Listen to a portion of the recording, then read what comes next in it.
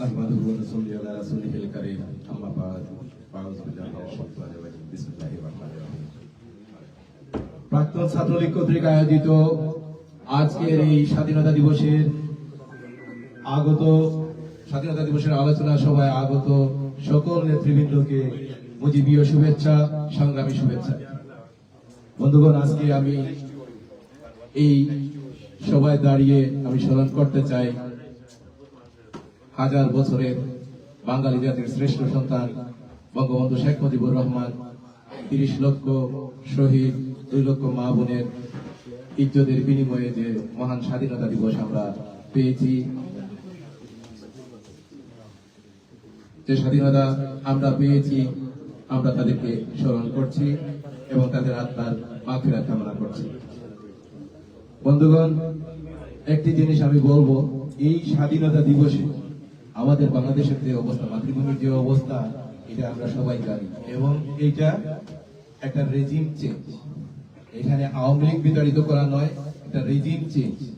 যেই দেশের স্বাধীনতা, যেই দেশের জাতীয় সঙ্গীত, জাতীয় পতাকা, এটাকে কেউ মানতে চায় না।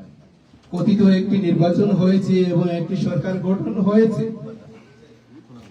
২৬শে মার্চের শহীদদের সম্মানের জন্য ফুল নিয়ে গেছে।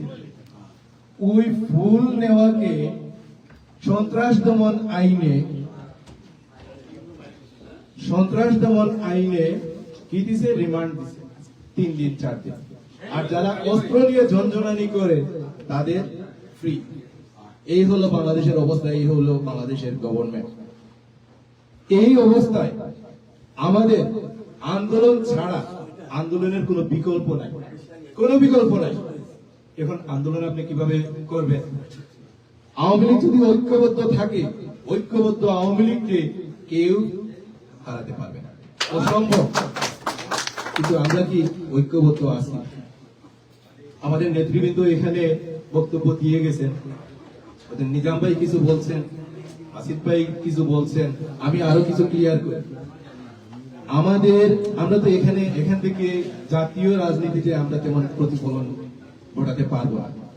আমরা মিশিগানে আমরা পারবো, আলোচনা করতে পারবো, প্রোগ্রাম করতে পারবো, বিক্ষোভ করতে পারবো এবং আমরা এটা করতে হলে আমাদেরকে করতে হবে আওয়ামী লীগের নেতৃত্বে।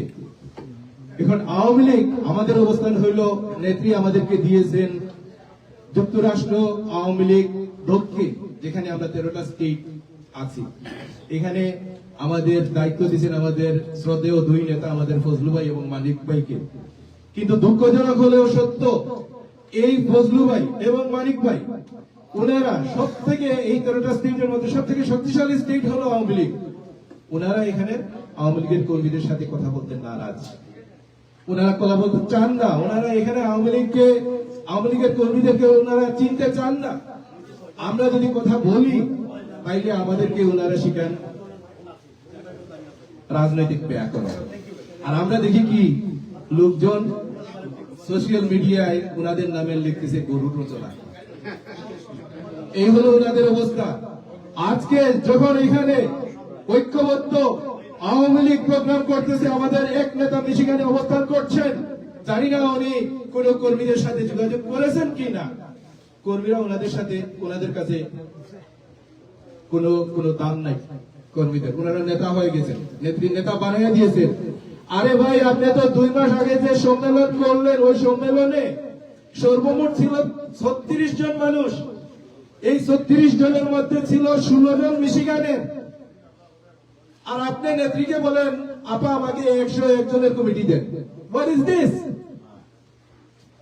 আর এই যে সম্মেলন আপনি করলেন, আপনার ডাইন সাইডে দেখা যায় গুপ্তচর আর বাম সাইডে সেচ্চর। এই গুপ্তচর আর সেচ্চর নিয়ে আপনি কমিটি করলেন। আমি চ্যালেঞ্জ করলাম ফজলু ভাই এবং মানিক ভাই, এই যে গুপ্তচর, এই গুপ্তচর যখন আমরা ঐক্যবদ্ধ বিক্ষোভ প্রদর্শন করি, এই গুপ্তচর কার হিসাবে আমাদের এই বিক্ষোভকে ক্যান্সেল করে দিয়েছে।